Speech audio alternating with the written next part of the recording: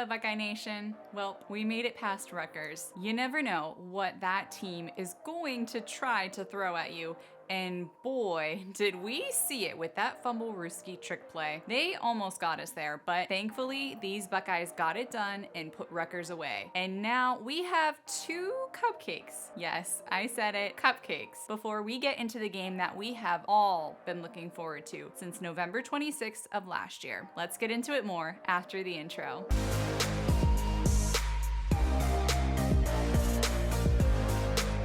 Welcome to Buckeye Football Fangirl. If this is your first time here, my name is Lisa and I'm the gal behind this channel. Thank you again for tuning in and for the gift of your time. I deeply appreciate you, and I've been having so much fun interacting with everyone on Twitter during the games. I especially loved hearing all of your stories about how you became a Buckeye fan.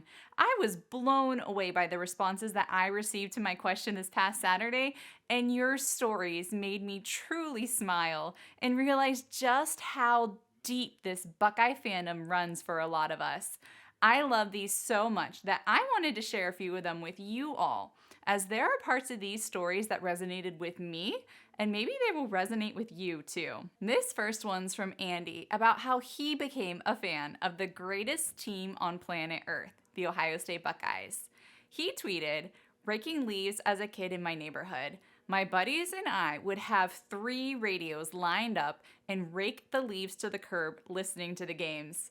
I personally have listened to many a Buckeye football game on the radio, and I love this. Whenever I'm not able to be in front of my TV watching, I'll listen in, and oftentimes I even prefer listening to Paul Keels and Jim Lachey call the games over the television broadcasters." This story from Buckeye Commander also got me. I'm a 3rd-generation Ohio State alum. It's in my blood. I love this because I'm a 3rd-generation Buckeye, and while I'm not an alum myself, there's a smattering of OSU alums in my family because the Buckeye love runs deep. This story from Macro Data Refiner shows how you can hold fast to your love of the Buckeyes no matter where you end up in this world.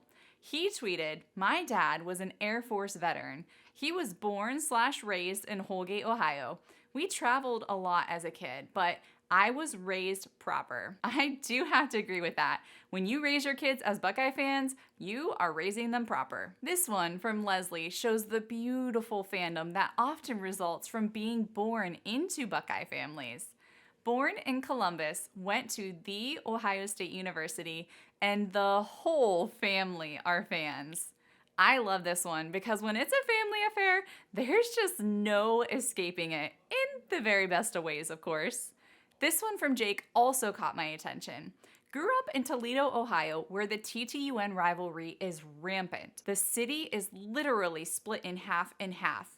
I started way back when Eddie George was winning the Heisman, been obsessed ever since. I love hearing about the dichotomy of the rivalry here, and definitely think that Jake grew up on the right side of that one. I resonate from this story from Kirsten, as she attributed her fandom to my dad. Woody Hayes days, love the Buckeyes. I also inherited my Buckeye roots from my family, and mainly from my dad. He has always been a huge Ohio State football fan, and I have some of the best memories watching games with him as I grew up cheering on the Scarlet and Gray. So thanks, Dad. I loved hearing these stories, and if you shared one with me, thank you so much for taking the time out of your day to do that.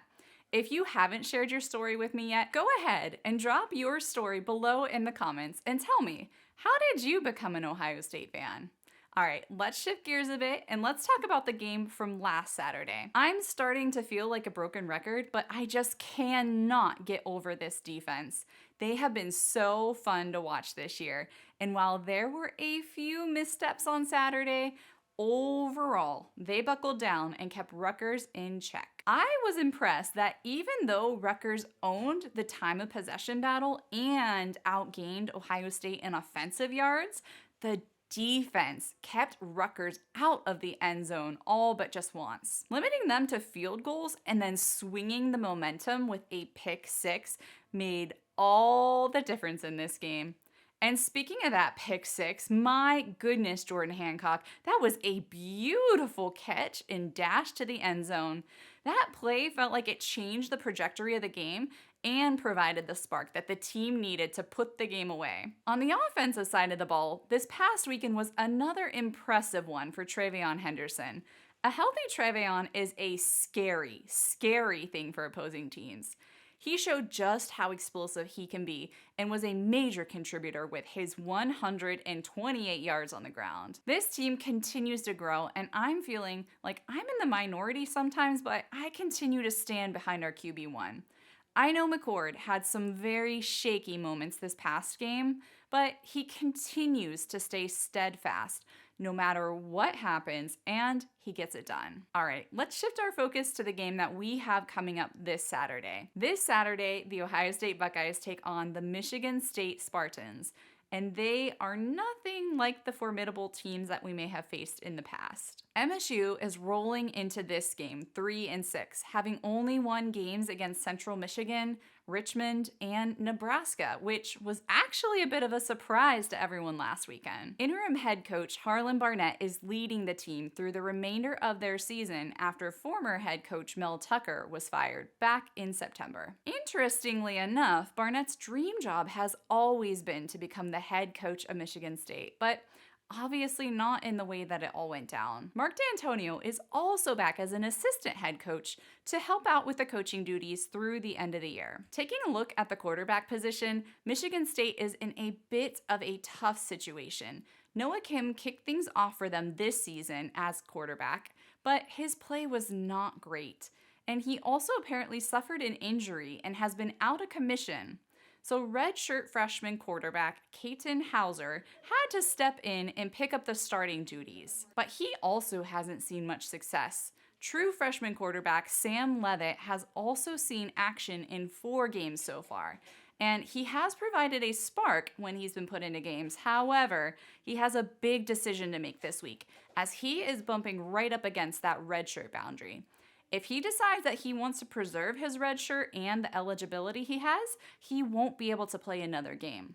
But the team is thin at quarterback and might sincerely need him to make it through the rest of the season. All quarterbacks, no matter who we see, are pass-first quarterbacks, and none have been incredibly successful when it comes to forcing them to scramble. So far this year, the Spartans have passed the ball for double the amount of yards that they have rushed the ball. They have some decent wide receivers, though I've got to be honest, none can really compare to the riches that we've all been spoiled with at Ohio State. Nonetheless, Montori Foster Jr. leads the team with 438 receiving yards.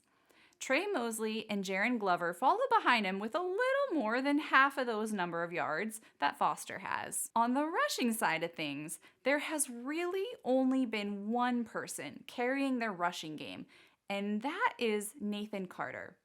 Carter, a transfer from UConn, has rushed for 659 yards this season, which accounts for 75% of the team's total rushing yards. Basically, that tells me if the Ohio State defense can shut him down during this game on Saturday, they've shut down their rushing attack. On defense, linebacker Cal Halliday leads the team with 65 total tackles, 1 sack, and 1 interception. The secondary on Michigan State's defense has been disruptive so far this season, with Malik Spencer, Angelo Gross, and Dylan Tatum racking up 5, and 7 passes deflected respectively. Linebacker Jordan Hall and defensive lineman Simeon Barrow Jr.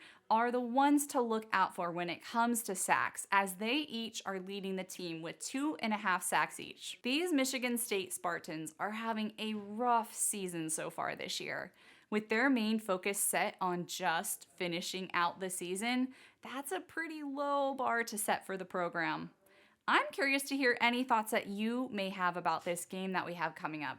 What do you think is going to happen? Does anything make you feel nervous, or are you feeling good about this matchup? Go ahead, drop me a comment below with your thoughts. I personally think that this game is going to make Ohio State look good.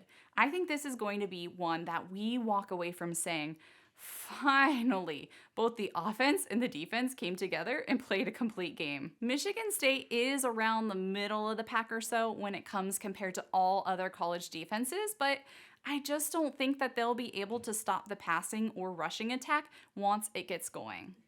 I don't think Michigan State's secondary is going to be able to keep up with our wide receivers, and I predict that we will see the run game continue its role this weekend. The Spartans are ranked 111th in total offense, which is not very good, and I think our defense will keep up its lights out mentality.